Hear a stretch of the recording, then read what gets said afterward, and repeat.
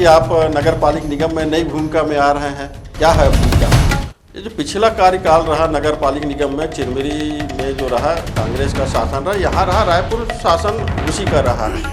ये शासन क्या कहा जाए, चिरमिरी को मजबूत करने वाला रहा कि कमज़ोर करने वाला रहा कि उजाड़ने वाला? जब जिला मुख्यालय बना रहा तो चिरमिरी के साथ भेदभाव हो रहा है, ऐसा आरोप लगता है चिरमिरी वासियों द्वारा। अगर अभी भी कुछ शासकीय कार्यालय चिरमिरी को दे दिए जाएँ बैकुंठपुर में जो है, तो चिरमिरी को स्थिरता मिलेगी, कुछ रोजगार मिलेगा।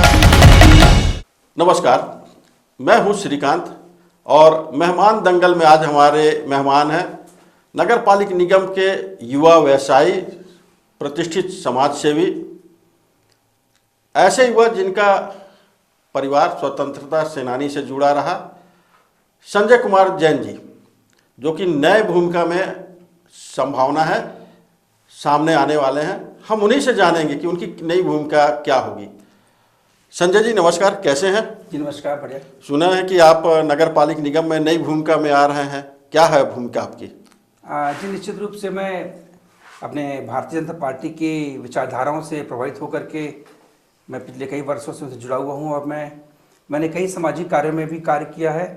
और मैं आने वाले इस समय पर, चूँकि चिरमिरी में नगरीय चुनाव होने जा रहा है और मैं इस चुनाव में महापौरी पद के लिए प्रस्तावित किया हूँ। आपके दादाजी स्वतंत्रता सेनानी थे। बताया जाता है कि आप और आपका परिवार काफ़ी उनसे प्रभावित रहा और उन्हीं के बताए रास्ते पे चल रहा है। जी बिल्कुल, मेरे दादाजी फ्रीडम फाइटर रहे हैं। उन्होंने बहुत ही अच्छी विचारधाराओं से थे और मैं उनके विचारधाराओं से और अपने पिताजी के विचारधाराओं से प्रभावित होकर के मैंने भारतीय जनता पार्टी में में ज्वाइन किया। और मैंने मुझे जो भी जिम्मेदारियां भाजपा की तरफ से मिली, संगठन की तरफ से मिली, मैंने बकायदा उसे भरपूर निभाया है। जी बिल्कुल, एक्चुअली मैं बेंगलोर से मैंने ये पढ़ाई कंप्लीट की और मैं बेंगलोर में ही नौकरी भी करता रहा। मैंने ऑलमोस्ट 3 साल इन्फोसिस में नौकरी की, मगर मेरा खुद के विचार थे कि मुझे अपने ही शहर में जा करके खुद का व्यापार करना है और वहाँ पर खुद भी व्यापार करते करते औरों को भी रोजगार देना है।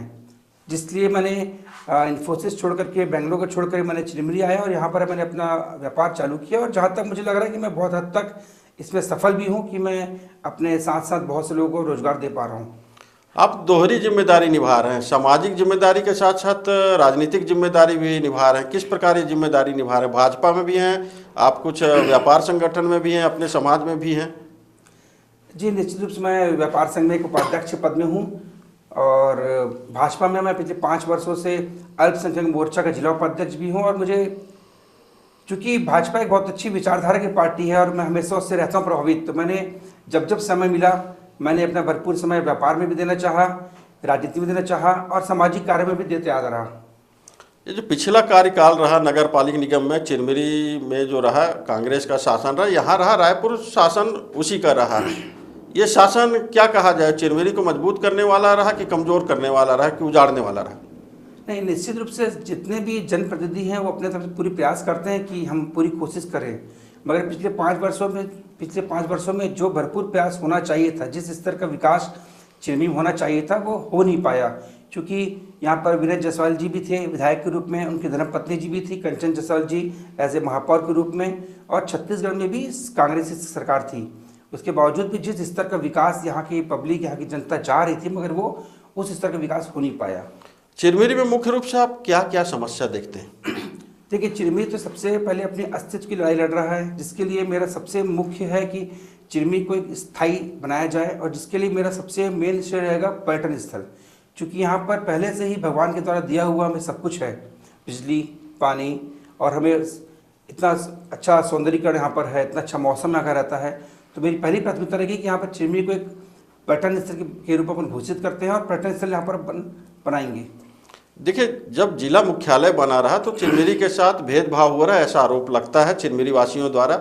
अगर अभी भी कुछ शासकीय कार्यालय चिरमिरी को दे दिए जाएं बैकुंठपुर में जो है, तो चिरमिरी को स्थिरता मिलेगी, कुछ रोजगार मिलेगा, स्थायित्व बढ़ेगा। बिल्कुल, निश्चित रूप से चिरमिरी हकदार भी है। चिरमिरी भी कई वर्षों से अस्तित्व की लड़ाई लड़ रहा है और चिरमिरी में कई कार्यालय आना भी चाहिए। इसके हमारे सम्मानीय श्याम बिहारी जायसवाल जी लगातार इस पर कार्यरत भी हैं और विष्णुदेव साय जी की सरकार चल रही है, सुशासन की सरकार चल रही है और लगातार श्याम बिहारी जायसवाल जी भी लगातार मेहनत और प्रयास कर रहे हैं चिरमिरी के एक अच्छे विकास के रूप में लाने के लिए, और हम चाहते हैं कि जितने भी कार्यालय अधिक से अधिक चिरमिरी में आ सकते हैं वो आना चाहिए।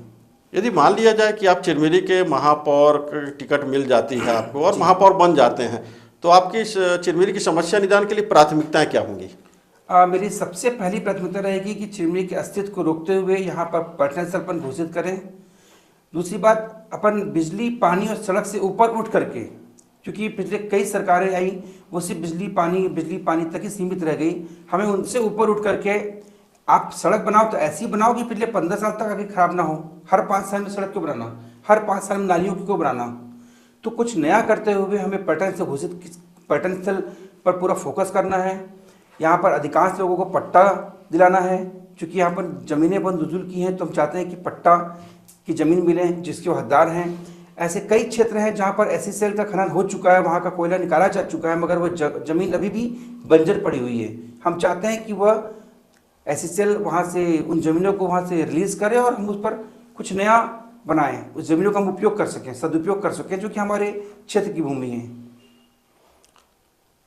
तो ये थे संजय कुमार जैन साहब, जो कि मैं पहले बता चुका हूँ स्वतंत्रता सेनानी परिवार से जुड़े हैं। तो उनकी सोच स्पष्ट है कि चिरमिरी की समस्या को मात्र बिजली पानी तक सीमित नहीं रखा जाए। चिरमिरी को है स्थायित्व की जरूरत, चिरमिरी को है शासकीय कार्यालयों की जरूरत, चिरमिरी को है रोजगार की जरूरत और चिरमिरी को है पलायन रोकने की जरूरत।